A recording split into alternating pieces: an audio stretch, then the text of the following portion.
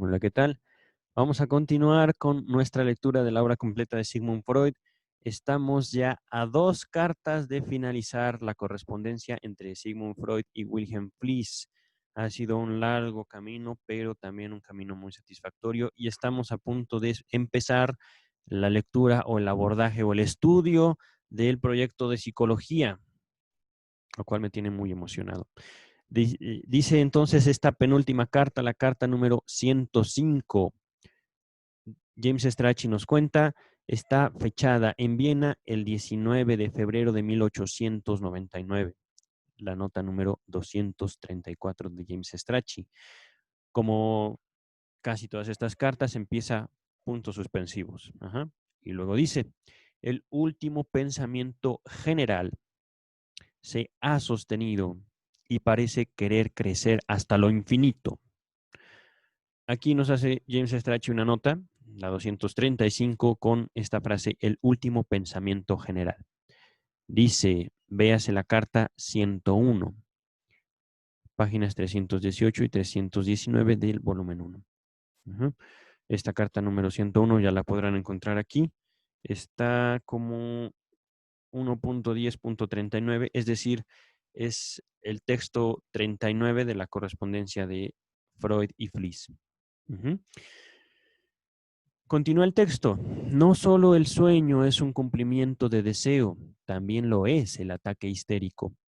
El síntoma histérico lo es y probablemente lo sea todo resultado neurótico, pues anteriormente ya he discernido, es decir, ya me he dado cuenta en cuanto a la insania delirante aguda. Nota 236, dice James Strachey, en el primer trabajo sobre las neuropsicosis de defensa, volumen 3, estándar edición, páginas 59 y siguientes. Continúa el texto. Realidad objetiva igual a cumplimiento de deseo.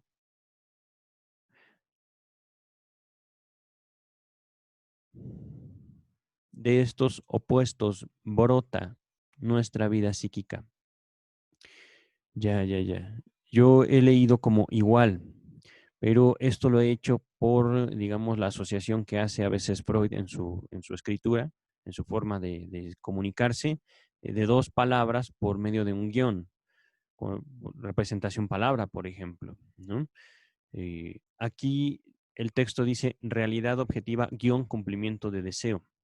Aquí no es que esté uniendo estas dos, sino que las está distinguiendo. Tanto de la realidad objetiva como del cumplimiento de deseo, dice, de estos opuestos brota nuestra vida psíquica.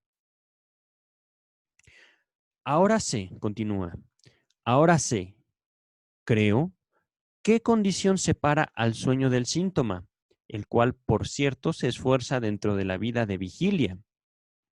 Respecto del sueño, basta que el cumplimiento de deseo del pensamiento reprimido es que está alejado de la realidad objetiva. Está escrito de una manera un tanto difícil de comprender, pero no sé si lo pueden entender, me cuesta a mí un poquito. Dice el sueño, basta que sea el cumplimiento de deseo del pensamiento reprimido. Ah, claro. El sueño se forma en función de que eh, sea un cumplimiento de deseo de un pensamiento reprimido. Ajá. Y todo esto se forma porque es que está alejado de la realidad objetiva. La realidad objetiva nos fuerza al sueño. ¿Por qué? Porque no siempre somos satisfechos, no siempre estamos satisfechos. De hecho, ya lo veremos en un futuro, básicamente la vida humana tiene, digamos, mucho que hacer frente a la gran insatisfacción que tenemos. Y si mal no recuerdo, ya es un planteamiento posterior, muy posterior de Freud e incluso de Lacan, y se preguntan si es realmente posible estar satisfechos, ¿no? Es como la eterna insatisfacción humana. Pero bueno, vamos a continuar. Démosle su tiempo a ese pensamiento y en este momento Freud dice, Como nos frustramos, entonces soñamos. En pocas palabras. Continúa el texto. En cambio, el síntoma en medio de la vida tiene que ser, además, otra cosa, el cumplimiento de deseo del pensamiento represor. Antes de continuar, quiero distinguir aquí dos, ¿cómo decirlo? Dos deseos. El deseo de hacer y el deseo también de reprimir, que parten del mismo individuo.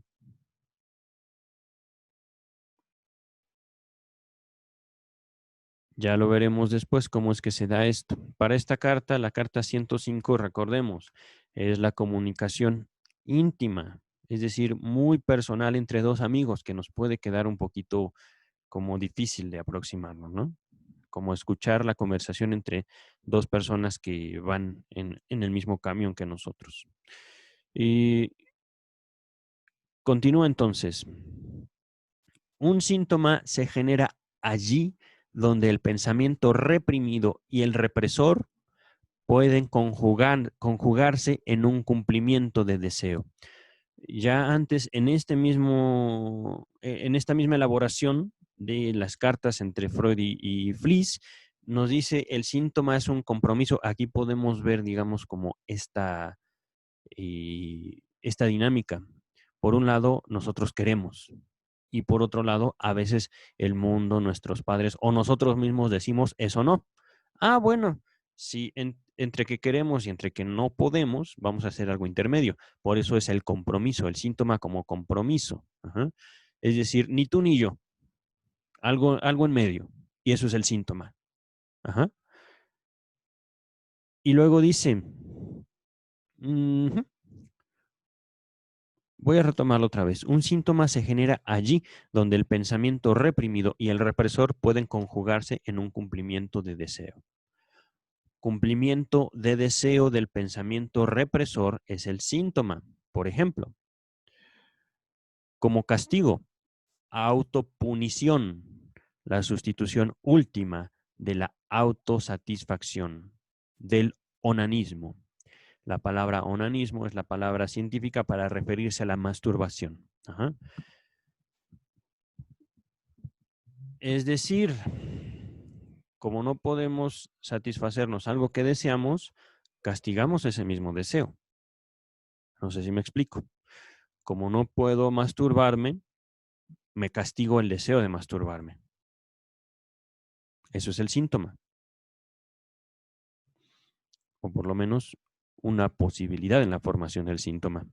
Continúa el texto. Con esta llave se abren muchas cosas. ¿Sabes tú, por ejemplo, por qué X.Y. tiene vómitos histéricos? Una vez más, un comentario. X.Y.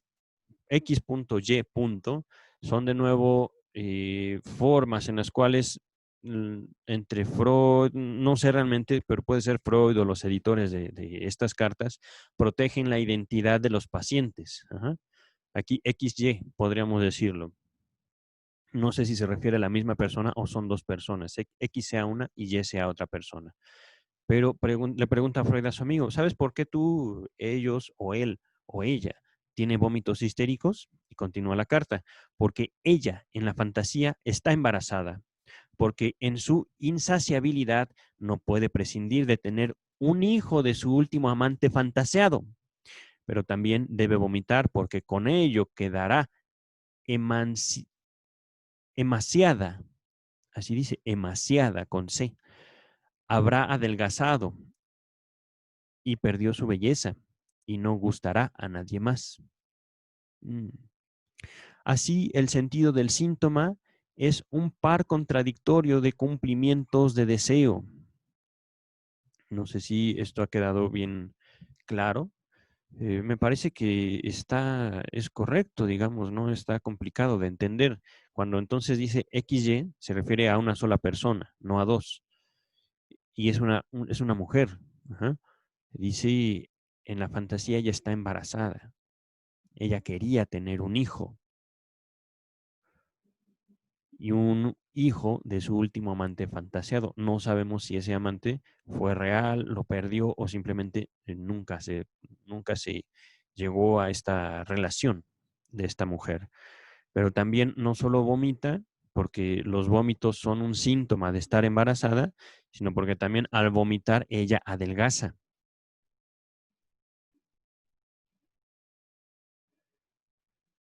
Mm. Después de esta descripción del caso, James Strachey nos hace la nota 237. Los dos últimos párrafos fueron incorporados con leves am- ampliaciones en el capítulo 7 de la interpretación de los sueños. Esto lo encontraremos en la página 561 del volumen 5. Continúa Sigmund Freud. ¿Sabes por qué nuestro amigo E, a quien tú conoces, se pone colorado y suda tan pronto como ve a cierta clase de conocidos, en particular en el teatro? Antes de continuar con la respuesta, dice James Strachey, no sé si este individuo E, que dice aquí, amigo E, ya lo habíamos visto nosotros en la página 283. Es un viejo conocido de aquí, de este espacio. Freud habla de él en varias cartas a su amigo William Fliess. Continúa el texto. Él se avergüenza, es decir, esta persona E se avergüenza, eso está claro, pero ¿de qué? De una fantasía en que se le antoja ser el desflorador de cada persona con quien se topa. Suda al desflorar, se ajetrea muchísimo en eso. Un eco de este significado cobra voz en cada caso dentro de él, como inquina del vecino, cuando se ha avergonzado ante una persona. Es decir, esto que sigue es una cita de esta persona E. Viene entre comillas. ¿Ahora cree esta gansa estúpida que yo me avergüenzo ante ella? Si la tuviera en la cama ya vería lo poco que me intimida. Freud asocia estas palabras de su amigo, de su conocido, no de Wilhelm Fliess, sino de esta persona E, de la cual no sabemos su identidad, con esa reacción tan peculiar. De repente, cuando encuentra a alguien en el teatro, se pone colorado y empieza a sudar. Ajá. Y dice Freud, pues es que dentro de su cabeza está pasando esto justamente. Y continúa el texto. Y la época en que él dirigió sus deseos sobre esta fantasía ha dejado su huella en el complejo psíquico que desencadena el síntoma, es decir, el ponerse colorado y la sudoración. Es la clase de latín, continúa el texto. Es la clase de latín. La sala del teatro le recuerda al aula. Se afana por tener siempre el mismo asiento fijo en la primera fila. El entreacto es el respirium o el recreo. Y sudar se le decía entonces al operandare. Estas son palabras en latín que significan dar lección o dar clase, dar cátedra. Ajá. Sobre esta frase tiene una querella con el profesor. Todo esto son señalamientos que Freud hace a E o que conoce de E. Ujú. Por otra parte, no ha podido consolarse por no haber acabado en la universidad con la botánica. Ahora él lo continúa como, entre comillas, desflorador, que aquí nos dice, se dedicaba a la botánica. ¿Por qué? Porque en las flores él encontraba las representaciones de la vagina, ajá, y del acto sexual también, al hacerse él mismo un botánico, que vuelvo a repetir, al igual que con la carta pasada, creo que sí, la carta pasada fue cuando Freud habla de su propia histeria. Esto no quiere decir que todos los botánicos sean, digamos, gente que simboliza el acto sexual con su trabajo. Ajá. Es el caso particular de E. Continúa el texto. La aptitud para las oleadas de sudor procede sin duda de su infancia, desde que su hermano, cuando él tenía 3 años, le volcaba sobre el rostro el agua del baño con la jabonadura, es decir, con el jabón. ¿No? Te va jabón a los ojos, a la cara, y ahí estás, ¿no? Como sudando. Un trauma, dice Freud, pero en modo alguno sexual, es decir, no es un trauma sexual. ¿Y por qué aquella vez en Interlaken, a los 14 años, se masturbó en el excusado en una postura tan asombrosa? Es una pregunta. Fue solo para ver al mismo tiempo viene aquí una palabra en alemán, Jungfrau, o Jungfrau, no sé si es alemán, si es francés, pero debe ser una mujer joven. Viene aquí un asterisco que nos dice literalmente virgen, ok. Pero es también el nombre de un macizo montañoso cerca del Interlaken, en Suiza. Entonces, retomando este texto o esta parte del texto que ya estamos por terminar, fue solo para ver al mismo tiempo la Jungfrau con otra. Desde entonces no se ha visto las caras, ad genitalia al menos.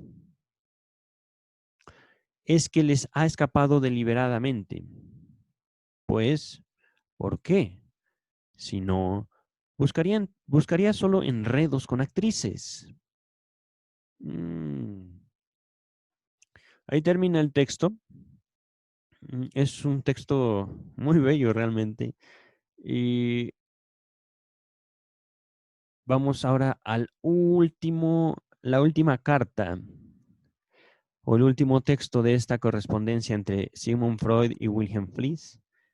Estoy realmente ya muy feliz, cansado, pero satisfecho de todo este trayecto. Y terminamos entonces. Espero les sea de provecho.